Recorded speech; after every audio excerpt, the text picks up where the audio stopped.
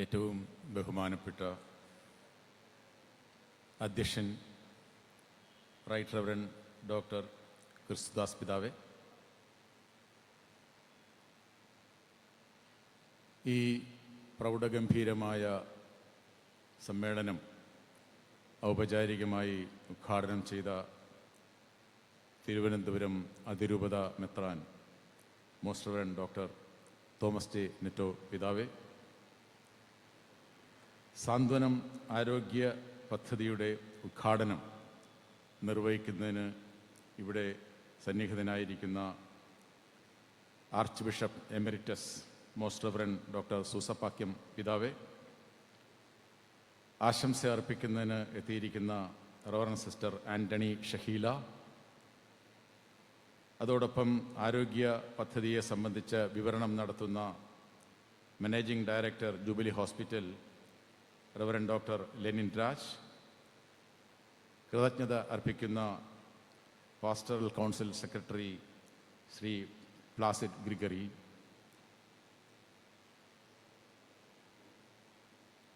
ആദരണീയരും അഭിവന്ദരുമായ ശ്രേഷ്ഠരുമായ പുരോഹിത ശ്രേഷ്ഠരെ, സന്യസ്ത ശ്രേഷ്ഠരെ, സഹോദരി സഹോദരന്മാരെ, സുഹൃത്തുക്കളെ, ഒരു അൽമായന് ലഭിക്കാവുന്ന ഏറ്റവും വലിയ ആദരവ് എനിക്ക് ലഭിച്ചു എന്നാണ് ഞാൻ കരുതുന്നത്.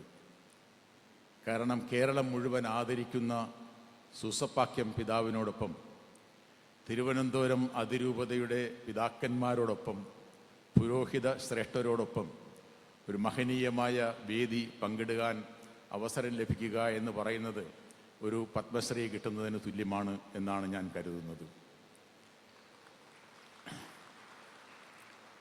ഈ സാധാരണക്കാരനായ എന്നെ അത്തരമൊരു വേദിയിലേക്ക് ക്ഷണിച്ചതിന് തിരുവനന്തപുരം അതിരൂപത പിതാക്കന്മാരോടും നേതൃത്വത്തോടും ഞാൻ ഹൃദയപൂർവ്വം നന്ദി രേഖപ്പെടുത്തട്ടെ. പ്രിയമുള്ളവരെ, തിരുവനന്തപുരം അതിരൂപത 2027 നവതിയിലേക്ക് പ്രവേശിക്കുകയാണ്. 2027 ഇന്ത്യയുടെ സ്വാതന്ത്ര്യത്തിൻ്റെ 80 വർഷം പൂർത്തിയാക്കുകയാണ്. സ്വാതന്ത്ര്യത്തിൻ്റെ 80 വർഷം ഇന്ത്യ പൂർത്തിയാക്കുമ്പോൾ കേരളത്തിലെ ലത്തീൻ കത്തോലിക്ക വിഭാഗം എവിടെ നിൽക്കുന്നു, അവരെങ്ങനെ സഞ്ചരിക്കണം എന്ന് വളരെ ഹ്രസ്വമായ വാക്കിൽ അവതരിപ്പിക്കുക എന്നുള്ളതാണ് എന്നിൽ അർപ്പിതമായ കർത്തവ്യം. എന്താണ് സ്വാതന്ത്ര്യം? എന്താണ് ഒരു രാഷ്ട്രത്തിന് സ്വാതന്ത്ര്യം ലഭിക്കുക എന്നാൽ? ഒരു രാഷ്ട്രത്തിന് സ്വാതന്ത്ര്യം ലഭിക്കുക എന്നാൽ അതിൻ്റെ അർത്ഥം ആ രാജ്യത്തിൻ്റെ സാമ്പത്തിക, രാഷ്ട്രീയ, സാമൂഹ്യ, സാംസ്കാരിക കാര്യങ്ങളിൽ ആ നിമിഷം മുതൽ ആ രാഷ്ട്രം യജമാനനാണ്, നാഥനാണ്, മാസ്റ്ററാണ് എന്നാണ് അർത്ഥം. അന്നു മുതൽ ആ രാജ്യത്തിന് എങ്ങനെ സഞ്ചരിക്കണം, എങ്ങോട്ട് പോകണം, എവിടെ എത്തിച്ചേരണം എന്നുള്ളതിനെ സംബന്ധിച്ച് കൃത്യമായ പദ്ധതി ഉണ്ടാക്കി സഞ്ചരിക്കുന്നതിന് യാതൊരു തടസ്സവുമില്ല. അതാണ് സ്വാതന്ത്ര്യം എന്ന വാക്കിൻ്റെ അർത്ഥം. എന്നാൽ ആ സ്വാതന്ത്ര്യം ജനങ്ങൾക്ക് ലഭ്യമാണോ? സ്വാതന്ത്ര്യം ജനങ്ങൾക്കില്ലേ? ജനങ്ങൾക്ക് സ്വാതന്ത്ര്യമുണ്ട്. എന്നാൽ രാഷ്ട്രത്തിന് സ്വാതന്ത്ര്യം ലഭിക്കുമ്പോൾ രാഷ്ട്രത്തിൻ്റെ ഉത്തരവാദിത്വങ്ങൾ, രാഷ്ട്രത്തിൻ്റെ ആഗ്രഹങ്ങൾ അത് നിറവേറ്റുന്നതിന് അനിയന്ത്രിതമായ സ്വാതന്ത്ര്യം എല്ലാ കാര്യങ്ങളിലും ഉണ്ടായിരിക്കെ ആ രാജ്യത്തെ ജനങ്ങൾക്ക്, പ്രത്യേകിച്ച് മാർജിനലൈസ് ചെയ്യപ്പെട്ട, പാർശ്വവൽക്കരിക്കപ്പെട്ട, അന്യവൽക്കരിക്കപ്പെട്ട, അകറ്റി നിർത്തപ്പെട്ടിരിക്കുന്ന വിഭാഗങ്ങൾക്ക് അവരുടെ സ്വന്തം കാര്യങ്ങളിൽ അവർ എത്രത്തോളം യജമാനന്മാരാണ്, അവരുടെ സ്വന്തം കാര്യങ്ങൾ നടപ്പിലാക്കാൻ അവർക്ക് എത്രത്തോളം കഴിയുന്നു. ഒരു രാജ്യത്തിൻ്റെ നിയമവ്യവസ്ഥയ്ക്കകത്ത് നിന്നുകൊണ്ട് ആ നിയമവ്യവസ്ഥയെ അംഗീകരിച്ചുകൊണ്ട് നമുക്ക് ലത്തീൻ കത്തോലിക്ക സമൂഹം, ഒരു സമുദായം എന്ന നിലയ്ക്ക് നമുക്ക് നമ്മുടെ പദ്ധതികൾ ആവിഷ്കരിച്ച് നടപ്പിലാക്കാൻ കഴിയുന്ന അവസ്ഥയുണ്ടോ? അങ്ങനെ അവസ്ഥയില്ലെങ്കിൽ ഒരു രാജ്യം സ്വതന്ത്രമായിരിക്കുകയും ആ രാജ്യത്തിലെ പാവപ്പെട്ടവരായ ജനങ്ങൾക്ക് അവർ ആഗ്രഹിക്കുന്ന തലങ്ങളിലേക്ക് എത്തിച്ചേരാൻ കഴിയുകയും ചെയ്യുന്നില്ലെങ്കിൽ, അതിന് തടസ്സമുണ്ടെങ്കിൽ അതിന് പറയുന്ന ഒരു ഇംഗ്ലീഷ് വാക്കുണ്ട്. അൺഫ്രീഡം എന്നാണ് ആ വാക്കിന്റെ അർത്ഥം. ആ വാക്ക് അൺഫ്രീഡം. അതായത് ഒരു സ്വതന്ത്ര രാജ്യത്ത് ജീവിക്കുകയും തങ്ങളിലുള്ള കഴിവുകൾ, കേപ്പബിലിറ്റീസ്, ആ കഴിവുകൾ നമുക്ക് സാമാന്യ ബുദ്ധിയുണ്ട്, നമുക്ക് കായിക ശേഷിയുണ്ട്, നമുക്ക് എല്ലാ തരത്തിലുള്ള വിവേചന ബുദ്ധിയുമുണ്ട് എങ്കിൽ പോലും നമ്മുടെ കേപ്പബിലിറ്റീസ് നമുക്ക് അർഹിക്കുന്ന തരത്തിൽ പ്രയോഗിക്കാൻ കഴിയാതെ വരുന്ന അവസ്ഥയെയാണ് അൺഫ്രീഡം എന്ന് പറയുന്നത്. അമർത്യ സെന്നിനെ പോലെയുള്ള സാമ്പത്തിക ശാസ്ത്രജ്ഞർ അതിന് നിരന്തരം അവതരിപ്പിച്ചുകൊണ്ടിരിക്കുകയാണ്. അങ്ങനെ നോക്കുമ്പോൾ നമുക്കറിയാൻ കഴിയും, നമ്മുടെ രാജ്യത്തെ ലത്തീൻ കത്തോലിക്ക വിഭാഗം ഈ അൺഫ്രീഡം എന്ന അവസ്ഥയിലാണ് ജീവിക്കുന്നത്. മറ്റുള്ളവരാൽ അകറ്റി നിർത്തപ്പെടുക, മറ്റുള്ളവരാൽ വിവേചനം അനുഭവിക്കുക, സ്വന്തം കഴിവുകൾ അർഹിക്കുന്ന തരത്തിൽ വികസിപ്പിക്കാൻ കഴിയാതിരിക്കുക, സാമ്പത്തിക പരാധീനത മൂലം, ഗവൺമെന്റുകളുടെ അവഗണന മൂലം, സമൂഹത്തിന്റെ അകറ്റി നിർത്തലുകൾ മൂലം, അങ്ങനെ നാനാവിധമായ തരത്തിൽ അന്യവൽക്കരിക്കപ്പെടുകയും പാർശ്വവൽക്കരിക്കപ്പെടുകയും ചെയ്യുന്ന സമൂഹമായി ഒരു സമൂഹം മാറുന്നുണ്ടെങ്കിൽ അവർ അനുഭവിക്കുന്നത് അൺഫ്രീഡമാണ്.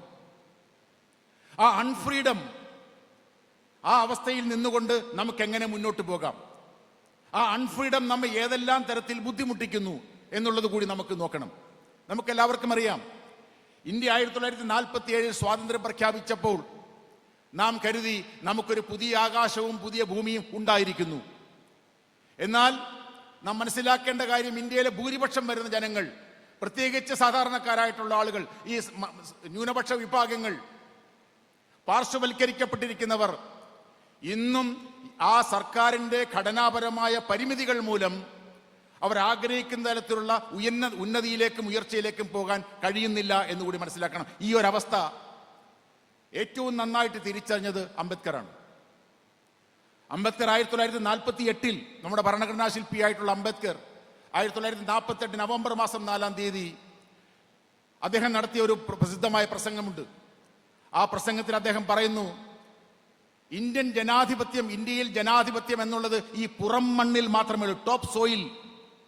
ഇന്ത്യയുടെ പുറത്തുള്ള മണ്ണിൽ മാത്രമേ ഉള്ളൂ ജനാധിപത്യം. ഇന്ത്യയുടെ ഹൃദയത്തിലേക്ക് ജനാധിപത്യം അരിച്ചിറങ്ങിയിട്ടില്ല. അങ്ങനെ ഇന്ത്യയുടെ ഹൃദയത്തിലേക്ക് ജനാധിപത്യം അരിച്ചിറങ്ങിയാൽ മാത്രമേ ഇന്ത്യയിലെ മുഴുവൻ ജനങ്ങളെയും തുല്യരായി പരിഗണിക്കുന്ന രാഷ്ട്രീയ, സാമ്പത്തിക, സാമൂഹ്യ സാഹചര്യം ഉണ്ടാകൂ എന്ന് തിരിച്ചറിഞ്ഞതുകൊണ്ടാണ് അംബേദ്കർ പറഞ്ഞത്, ജനാധിപത്യം ഇന്ത്യയുടെ ടോപ്പ് സോയിലിൽ മാത്രമേ ഉള്ളൂ, പുറം മണ്ണിൽ മാത്രമേ ഉള്ളൂ. ഇന്ത്യയുടെ ഹൃദയത്തിലേക്ക് ജനാധിപത്യം അരിച്ചിറങ്ങിയിട്ടില്ല. ജനാധിപത്യം തുല്യതയാണ്, തുല്യ പരിഗണനയാണ്, സാഹോദര്യമാണ്. അതിനെ ആവർത്തിച്ചു 1949. നമുക്കറിയാം, നമുക്ക് വളരെ മനോഹരമായ ഒരു ഭരണഘടന, മതേതരത്വവും സോഷ്യലിസവും ജനാധിപത്യവും ഒക്കെ പ്രഖ്യാപിക്കുന്ന മനോഹരമായ ഒരു ഭരണഘടന 1949 നവംബർ മാസം 26-ാം തീയതി നമ്മുടെ ഭരണഘടനാ അസംബ്ലി അംഗീകരിച്ചു. ആ ഭരണഘടനാ അസംബ്ലി ഇന്ത്യയുടെ ഭരണഘടന അംഗീകരിക്കുന്നതിന് തൊട്ട് മുൻപിലത്തെ ദിവസം 1949 നവംബർ മാസം 25-ാം തീയതി ഈ ഭരണഘടനയുടെ ചർച്ചകളെല്ലാം ക്രോഡീകരിച്ചുകൊണ്ട് അംബേദ്കർ ഒരു പ്രസംഗം നടത്തി ഭരണഘടനാ അസംബ്ലിയിൽ. ആ ഭരണഘടനാ അസംബ്ലി പ്രസംഗത്തിൽ അദ്ദേഹം പറഞ്ഞു, അതിൽ അദ്ദേഹം വളരെ പ്രസിദ്ധമായൊരു വാചകമുണ്ട്. ആ വാചകം ഇങ്ങനെയാണ്: we are entering into an era of contradictions. We are entering into an era of contradictions. നമ്മൾ ഈ പുതിയ ഭരണഘടന ഉണ്ടാക്കി വെച്ചിട്ട് പുതിയൊരു യുഗം തുടങ്ങുന്നതിന് മുമ്പ് ആ ഭരണഘടനാ ശില്പി പറയുകയാണ്, നമ്മൾ വൈരുദ്ധ്യത്തിന്റെ ഒരു കാലഘട്ടത്തിലേക്ക് കടക്കാൻ പോവുകയാണ്.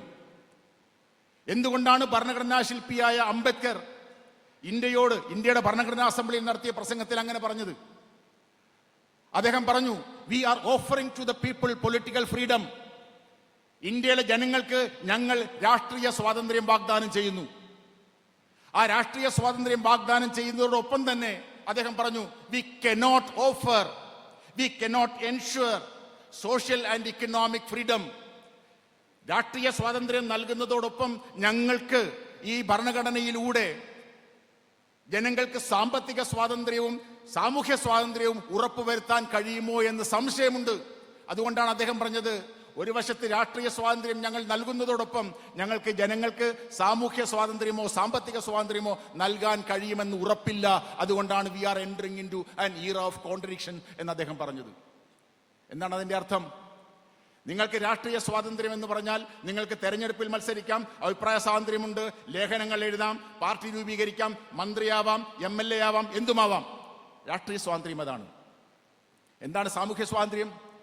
സാമൂഹ്യ സ്വാതന്ത്ര്യം എന്ന് പറയുന്നത് നിങ്ങൾ ലത്തീൻ കത്തോലിക്കനാണെങ്കിൽ, നിങ്ങൾ മുസ്ലിം ആണെങ്കിൽ, നിങ്ങൾ ഹിന്ദുമത ആ വ്യവസ്ഥയിലെ ഏറ്റവും താഴേക്കിടയിലുള്ള ഒരു പാർശ്വവൽക്കരിക്കപ്പെട്ട ദളിതനാണെങ്കിൽ, ഏറ്റവും മുകളിൽ നിൽക്കുന്നു എന്ന് പറയപ്പെടുന്ന സമുദായത്തിലുള്ള ആളുകൾ അവരെ തുല്യരായി പരിഗണിക്കണം, സാഹോദര്യത്തോടെ കാണണം. അംബേദ്കർക്ക് അറിയാമായിരുന്നു. അംബേദ്കർ ജീവിതകാലം മുഴുവൻ ഈ വർണ്ണവിവേചനം പോലെയുള്ള സമ്പ്രദായം അനുഭവിച്ചയാളാണ്. അതുകൊണ്ടാണ് അദ്ദേഹം പറഞ്ഞത് സോഷ്യൽ ഡെമോക്രസി ഉറപ്പുവരുത്താൻ കഴിയുമെന്ന് വിശ്വാസമില്ല. നമുക്കിപ്പോഴും അറിയാമല്ലോ, നമ്മുടെ രാജ്യത്ത് ഈ എല്ലാ മതങ്ങളെയും, എല്ലാ ജാതിയെയും, എല്ലാ വിഭാഗങ്ങളെയും സമതുലിതയോടെ, ഫ്രറ്റേണിറ്റി, സാഹോദര്യത്തോടെ സ്വീകരിക്കുന്ന അവസ്ഥ ഇപ്പോഴുമില്ല. 1949 അംബേദ്കർ പറഞ്ഞ എത്രത്തോളം ശരിയാണ്.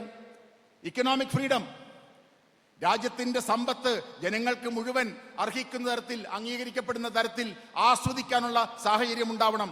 അതാണ് ഇക്കണോമിക് ഫ്രീഡം. അതുണ്ടോ? അപ്പോഴെന്ന് പറഞ്ഞാൽ നമ്മുടെ രാജ്യത്ത് നടപ്പിലായത് പൊളിറ്റിക്കൽ ഫ്രീഡമാണ്. ഇക്കണോമിക് ഫ്രീഡവും സോഷ്യൽ ഫ്രീഡവും ഇപ്പോഴും നമ്മൾ അകന്നു നിൽക്കുന്നു എന്നുള്ളതിൻ്റെ ഒരു ദൃഷ്ടാന്തമാണ്. നമ്മുടെ പിതാവിനോട് പറഞ്ഞതുപോലെ പ്രശ്നങ്ങളുണ്ട്, നമ്മൾ നിരവധി പ്രശ്നങ്ങൾ നേരിടുന്നുണ്ട്. എന്തുകൊണ്ട് നിരവധി പ്രശ്നങ്ങൾ സ്വാതന്ത്ര്യം കിട്ടി 80 വർഷമായിട്ടും ഇവിടുത്തെ സാധാരണക്കാരായ ആളുകൾ നേരിടുന്നതിൻ്റെ കാര്യം, നമ്മുടെ ഭരണഘടന ഈ തരത്തിൽ രൂപീകരിക്കപ്പെട്ടെങ്കിലും ആ ഭരണഘടന നൽകുന്ന കാര്യങ്ങൾ ജനങ്ങളിൽ എത്തിക്കുന്നതിൽ പരാജയപ്പെട്ടിരിക്കുന്നു. അതിൻ്റെ ഏറ്റവും പ്രധാനപ്പെട്ട കാരണം നമ്മുടെ രാഷ്ട്രം പിന്തുടരുന്ന ഒരു പ്രത്യയശാസ്ത്രപരമായ നിലപാടുണ്ട്.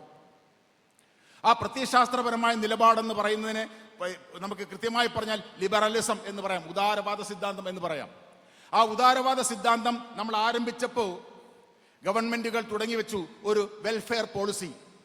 ഇന്ത്യ സ്വതന്ത്രമായ കഴിഞ്ഞപ്പോൾ ഇന്ത്യ പ്രഖ്യാപിച്ച ഒരു നയം എന്ന് പറയുന്നത് നമ്മുടെ രാഷ്ട്രം ഒരു ക്ഷേമരാഷ്ട്രമാണ്.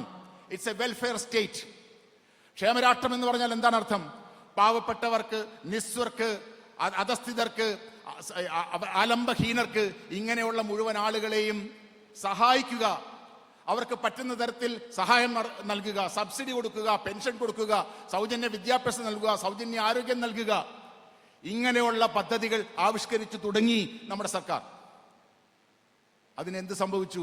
1990-കളായപ്പോഴേക്കും രാഷ്ട്രം പുതിയ ഒരു സാമ്പത്തിക രാഷ്ട്രീയ സിദ്ധാന്തം സ്വീകരിച്ചു. അത് നിയോ ലിബറലിസം എന്ന് പൊളിറ്റിക്കൽ സയന്റിസ്റ്റുകൾ പറയും.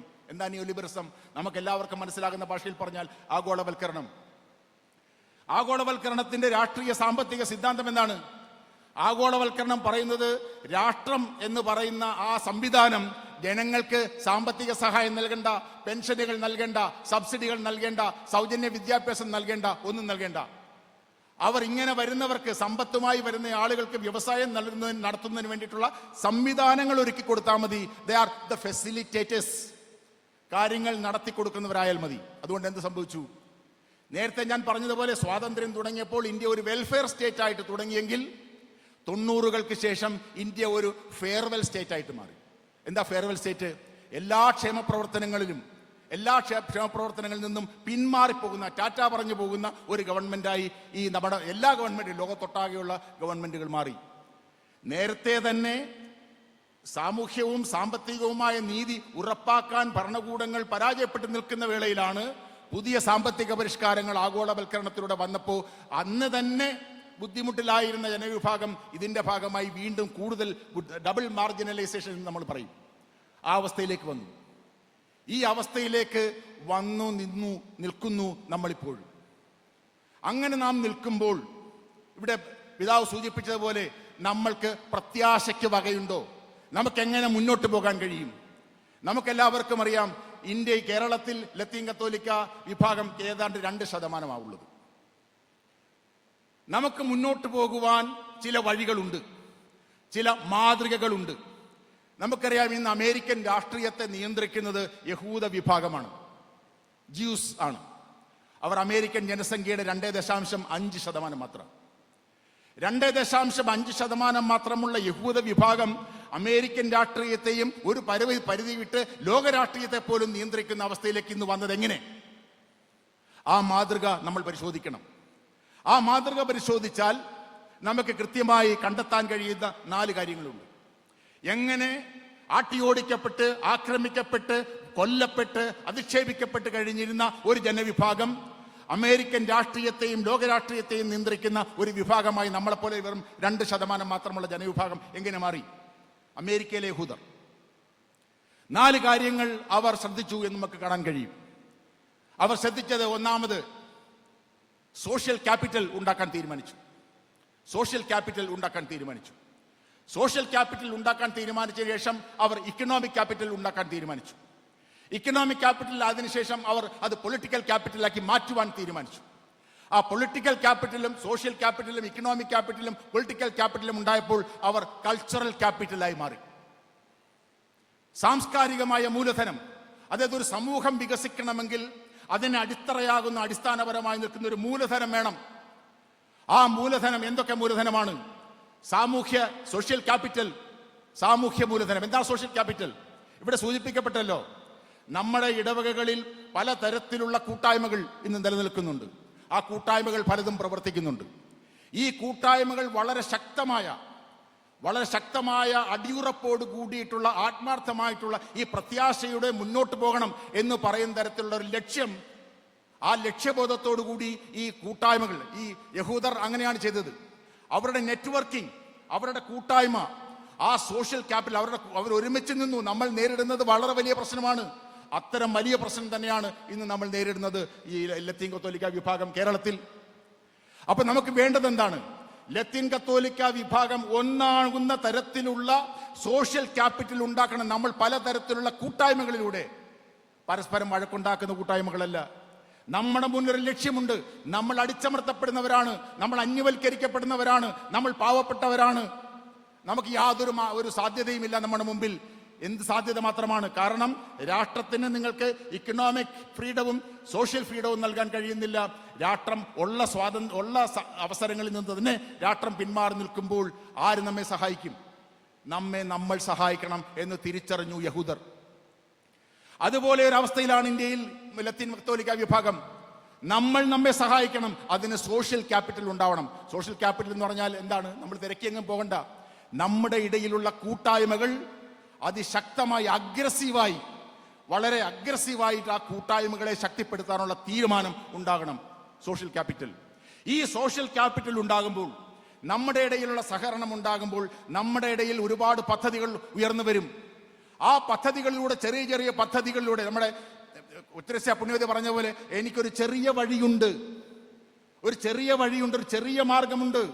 വളരെ വലിയ നെടുങ്കൻ പദ്ധതികളുമായി നമ്മൾ മുന്നോട്ട് പോകണ്ട. ആ ചെറിയ പദ്ധതികളിലൂടെ, കൊച്ചു പദ്ധതികളിലൂടെ അവർ വികസിപ്പിച്ചതാണ് ഈ യഹൂദ വിഭാഗത്തിന്റെ സാമ്പത്തിക സാമ്രാജ്യം അമേരിക്കയിൽ. അതിനും ഈ പറഞ്ഞതുപോലെ ഈ സോഷ്യൽ ക്യാപിറ്റലിന്റെ ബേസിൽ നിന്നുകൊണ്ടാണ് നമ്മളൊരു ഇക്കണോമിക് ക്യാപിറ്റൽ ഉണ്ടാക്കേണ്ടത്. നമ്മൾ സാമ്പത്തികമായി ശക്തിപ്പെടണം. സാമൂഹ്യമായ ശക്തിപ്പെടലിലൂടെ മാത്രമേ സമുദായം എന്നുള്ള നിലയ്ക്ക് നമുക്ക് സാമ്പത്തികമായി ശക്തിപ്പെടാൻ കഴിയൂ. അങ്ങനെ സാമ്പത്തികമായി ശക്തിപ്പെട്ടു യഹൂദ വിഭാഗം അമേരിക്കയിൽ. അങ്ങനെ സാമ്പത്തികമായും സാമൂഹ്യമായും ശക്തിപ്പെട്ടപ്പോൾ അവരിപ്പോഴെന്താണ് നേടിയിരിക്കുന്നത്? അമേരിക്കൻ രാഷ്ട്രീയത്തിൽ യഹൂദ വിഭാഗത്തെ പിണക്കിക്കൊണ്ട് ഒരു രാഷ്ട്രീയ നേതാവിനും വളരാൻ കഴിയാത്ത തരത്തിൽ അവർ സാമ്പത്തിക ശക്തിയായി, മാധ്യമ ശക്തിയായി, സാംസ്കാരിക ശക്തിയായി മാറി. 2% ജനങ്ങൾ, 2.5% ജനങ്ങൾ എങ്ങനെയായി? അവരുടെ സോഷ്യൽ ക്യാപിറ്റൽ വളരെ അഗ്രസീവായി യുദ്ധകാലാടിസ്ഥാനത്തിൽ അവർ വികസിപ്പിച്ചു. ആ യുദ്ധകാലാടിസ്ഥാനത്തിൽ വികസിപ്പിച്ച സോഷ്യൽ ക്യാപിറ്റൽ അവർ ഇക്കണോമിക് ക്യാപിറ്റലാക്കി മാറ്റി. ആ സോഷ്യൽ ക്യാപിറ്റലും ഇക്കണോമിക് ക്യാപിറ്റലും ഉണ്ടായപ്പോൾ അവർ ഒരു പൊളിറ്റിക്കൽ ക്യാപിറ്റൽ ഉണ്ടാക്കി. അവർ രാഷ്ട്രീയ ശക്തിയായി മാറി. ഒരു പ്രസിഡന്റും, ഒരു വൈസ് പ്രസിഡന്റും, ഒരു സെക്രട്ടറി ഓഫ് സ്റ്റേറ്റും യഹൂദ വിഭാഗത്തിന്റെ താല്പര്യങ്ങൾക്കെതിരായിട്ട് അമേരിക്കൻ രാഷ്ട്രീയത്തിൽ പ്രവർത്തിക്കില്ല. 2.5% ജനങ്ങൾ, അവർ വോട്ടിംഗ് ശക്തിയല്ല.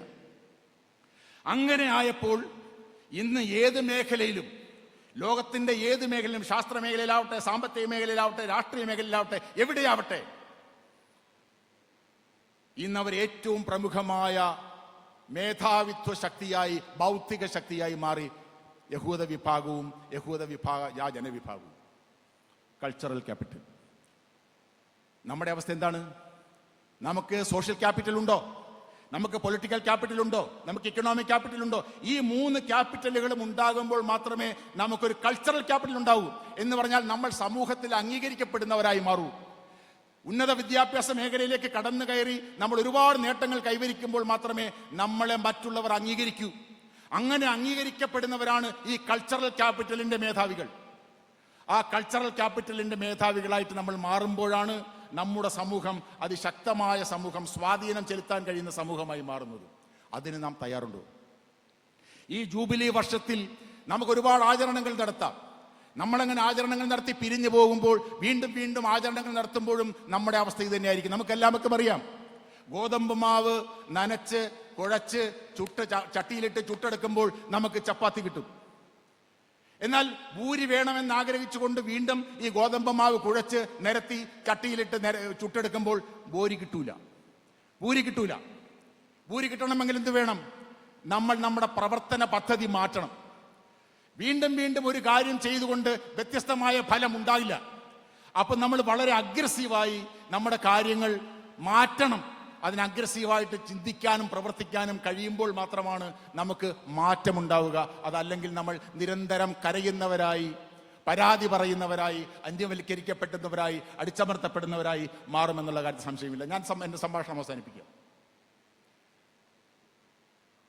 ഒരു കുരുവിയുടെ കാര്യം പറഞ്ഞിട്ട് എൻ്റെ സംഭാഷണം അവസാനിപ്പിക്കാം.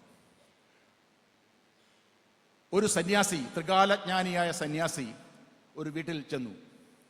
ആ വീട്ടിൽ ചെന്നപ്പോൾ ഇതൊരു ത്രികാലജ്ഞാനിയാണ്, ഈ ഭാവിയും ഭൂതവും എല്ലാം അറിയുന്നയാളാണ് എന്ന് മനസ്സിലാക്കിക്കൊണ്ട് അവിടുത്തെ ചെറുപ്പക്കാരനായിട്ടുള്ള ഒരു പയ്യൻ ഈ സന്യാസിയുടെ ഈ കഴിവിനെ പരിശോധിക്കാനായിട്ട് ചെന്നു.